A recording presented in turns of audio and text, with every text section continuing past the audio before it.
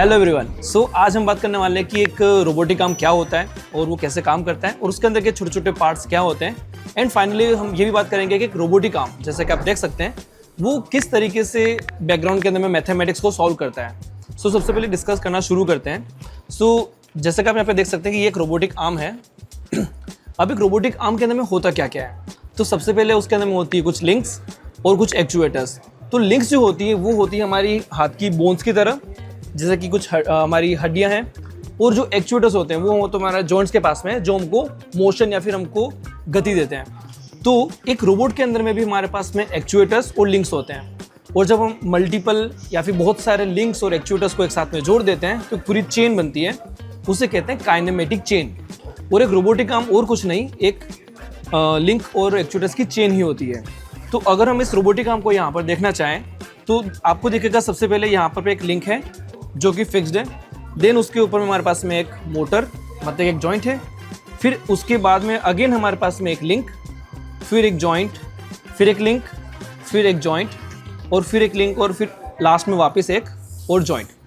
तो इस तरीके से हम देख सकते हैं कि एक रोबोटिक आर्म एक रोबोटिक लिंक्स और एक्चुएटर्स का एक चेन होता है। तो अब आगे हम चलते हैं कि डिग्री ऑफ फ्रीडम क्या होता है। तो सारे जो रोबोट्स हमारे पास में होते हैं उन सबका एक डिग्री ऑफ फ्रीडम होता है जो कि डिफाइन करता है या फिर फिक्स करता है कि वो कितनी डायरेक्शंस में रोटेट या फिर मूव कर सकता है। तो एक रोबोटिक आर्म जो होता है उसका इंस्पिरेशन कहीं ना कहीं हमारे ह्यूमन हैंड से ही होता है। तो अगर हम अपने खुद की ह्यूमन हैंड की बात करें तो जो सबसे पहला जॉइंट होता है उसे हम कहते हैं शोल्डर जॉइंट या फिर कंधे वाला जॉइंट। एक रोबोट के अंदर में भी सबसे पहले हमारे पास में एक शोल्डर जॉइंट आता है, उसके बाद में एल्बो जॉइंट आता है, फिर रिस्ट आती है और फिर लास्ट में हमारे पास में एंड इफेक्टर आता है। Okay, so degree of freedom की अगर हम बात करें तो लेट्स से अगर मुझे भी इस रूम के अंदर में घूमना है तो मैं या तो सीधा और पीछे जा सकता हूँ या फिर दाएं और बाएं जा सकता हूँ, लेफ्ट और राइट, फ्रंट एंड बैक, और मैं एक जगह रह करके घूम सकता हूँ। तो मेरे पास में चलने के लिए आगे पीछे की एक डायरेक्शन, लेफ्ट और राइट की 2 डायरेक्शन और खड़े खड़े घूमने की 3 डायरेक्शन। तो मेरी डिग्री ऑफ फ्रीडम जो होगी वो हो जाती है 3। तो इसी तरीके से जो इतने भी रोबोट्स होते हैं इंडस्ट्री के अंदर में या कहीं पर भी, उन सब के अंदर में होती है डिग्री ऑफ फ्रीडम। तो अभी हमारे पास में जो सैंपल के लिए यहाँ पे एक रोबोटिक आर्म रखा हुआ है, ये जैसे कि एक 6 डिग्री ऑफ फ्रीडम रोबोट है। कैसे अगर गिने तो पहले नीचे एक मोटर, फिर 2, 3, 4, 5 और 6। अभी हम एक एक करके इन सारी मोटर्स को रोटेट करके देखेंगे कि डिग्री ऑफ फ्रीडम कैसे कैसे हैं और हर एक मोटर का हमने 1 डिग्री ऑफ फ्रीडम ही क्यों गिना है। तो सबसे पहले अगर हम डिग्री ऑफ फ्रीडम की बात करें तो ये रोबोट खड़े खड़े लेफ्ट और राइट में रोटेट कर सकता है। तो ये इसका फर्स्ट डिग्री ऑफ फ्रीडम हो गया, फिर second degree of freedom, then third degree of freedom, fourth degree of freedom, fifth और लास्ट में हमारा एंड इफेक्टर का 6 डिग्री ऑफ फ्रीडम।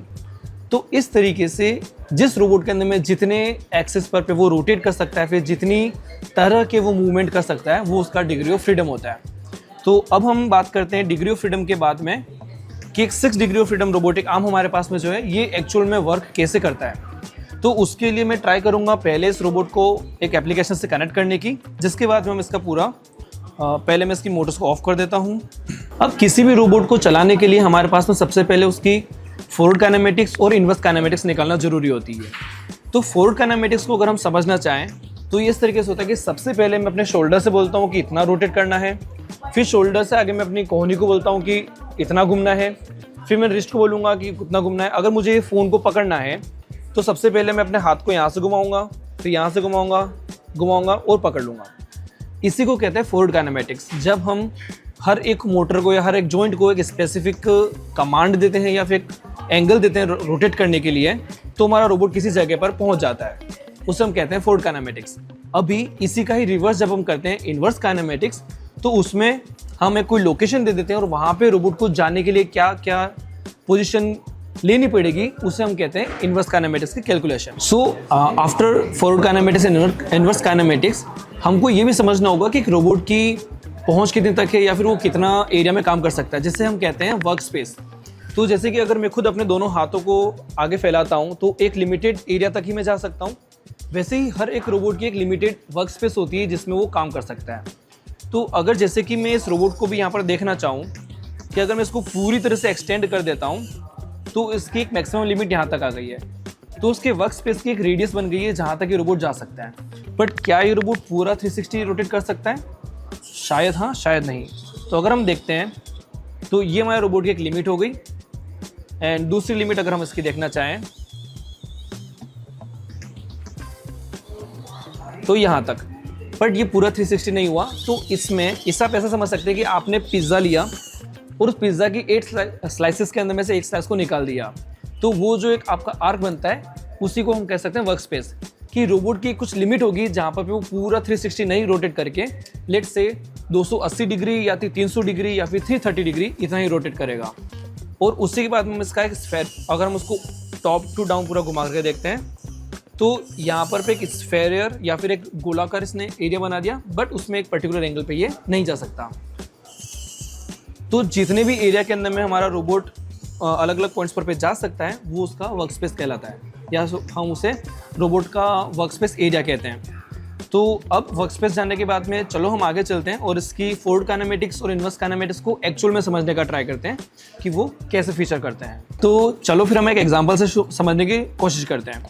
तो जैसा कि हमने बात किया था कि फोर्ड काइनेमेटिक्स के अंदर में रोबोट को किसी पॉइंट पर जाने के लिए कितना कितना रोटेट करना पड़ेगा, वो सारी वैल्यूज आती हैं। तो अगर मैं इस बॉक्स को लेट से यहाँ पर रख देता हूँ और अब अगर हमारे रोबोट को इसको पकड़ना है तो सबसे पहले वो अपने अलग अलग जॉइंट्स को एक्चुएट करेगा और हम मान लेते हैं कि वो यहाँ पे आके इसे पकड़ लेगा। अभी इस पोजीशन के ऊपर में या फिर इस लोकेशन के ऊपर में हमारे रोबोट की हर एक मोटर का कोई पर्टिकुलर एंगल होगा, एक फिक्स एंगल होगा जिस पर वो चल रहा है। तो अब मैं अपने फ़ोन में एक एप्लीकेशन ऑन करता हूँ जो इस रोबोट को चलाने के लिए हमें चाहिए, और इसमें मैं जाता हूँ क्रिएट एक्शंस के अंदर में, और अभी के लिए मैं सबसे पहले इस फर्स्ट एक्शन को रिकॉर्ड कर देता हूँ। तो अभी हम जिस लोकेशन पर पे, तो अगर आप स्क्रीन में देख पाएंगे कि वहाँ पर पे हर एक मोटर के सामने कुछ ना कुछ एंगल या कुछ ना कुछ टिक्स लिखे हैं, जैसे कि 650, 0, 147, 82। ये सारे हमारे हर एक मोटर के एंगुलर वैल्यूज़ हैं जो कि उसको बताती है कि वो एग्जैक्टली किस पोजीशन पर है। अब अगर हम इसके बाद में इस ऑब्जेक्ट को उठा करके यहाँ लाना चाहते हैं, मैं इसको फिर रिकॉर्ड करूँगा तो यहाँ पर फिर से हमारी मोटर्स एक नई पोजीशन पर आ गई है जो कि हमारी फोर्ड काइनेमेटिक्स का सेकंड स्टेप बताती है। इसके बाद में अब हम जाते हैं नई लोकेशन पर मैं इसको भी ऐड कर देता हूँ। इसके बाद में हम आगे जाएंगे और इसको रोटेट करेंगे, हम इस सेक्शन ऐड कर देते हैं। फिर हम इसको सीधा करते हैं और यहाँ पर पे ग्रिपर को खोल देते हैं और मैं इसे ऐड कर लेता हूँ। इसके बाद में ये ग्रिपर को फिर घुमाएगा और ये अपनी पुरानी लोकेशन पे जाने का यहाँ पे जाकर के रुक जाएगा। सो अब हमारे पास में यहाँ पर पे 7 अलग अलग पोजीशन है जहाँ पर पे अलग अलग पॉइंट्स हैं जिस पर हमने रोबोट के हर एक मोटर को अलग अलग रोटेट करके उस लोकेशन पे पहुँचाया।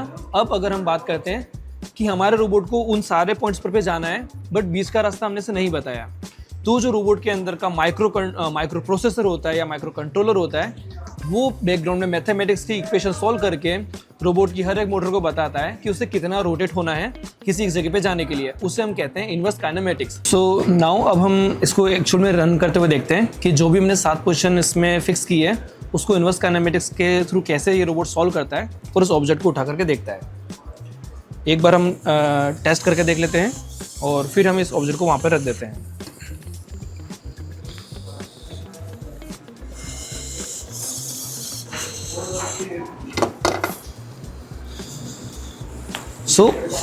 जैसा कि हमने देखा कि जो भी पोजीशन हमने यहाँ पर इसको फर्स्ट में दी थी उस सारी पोजीशन में हमने इसके फोर्ड काइनेमेटिक्स के अकॉर्डिंग सारे इसके एंगल्स रिकॉर्ड कर लिए थे।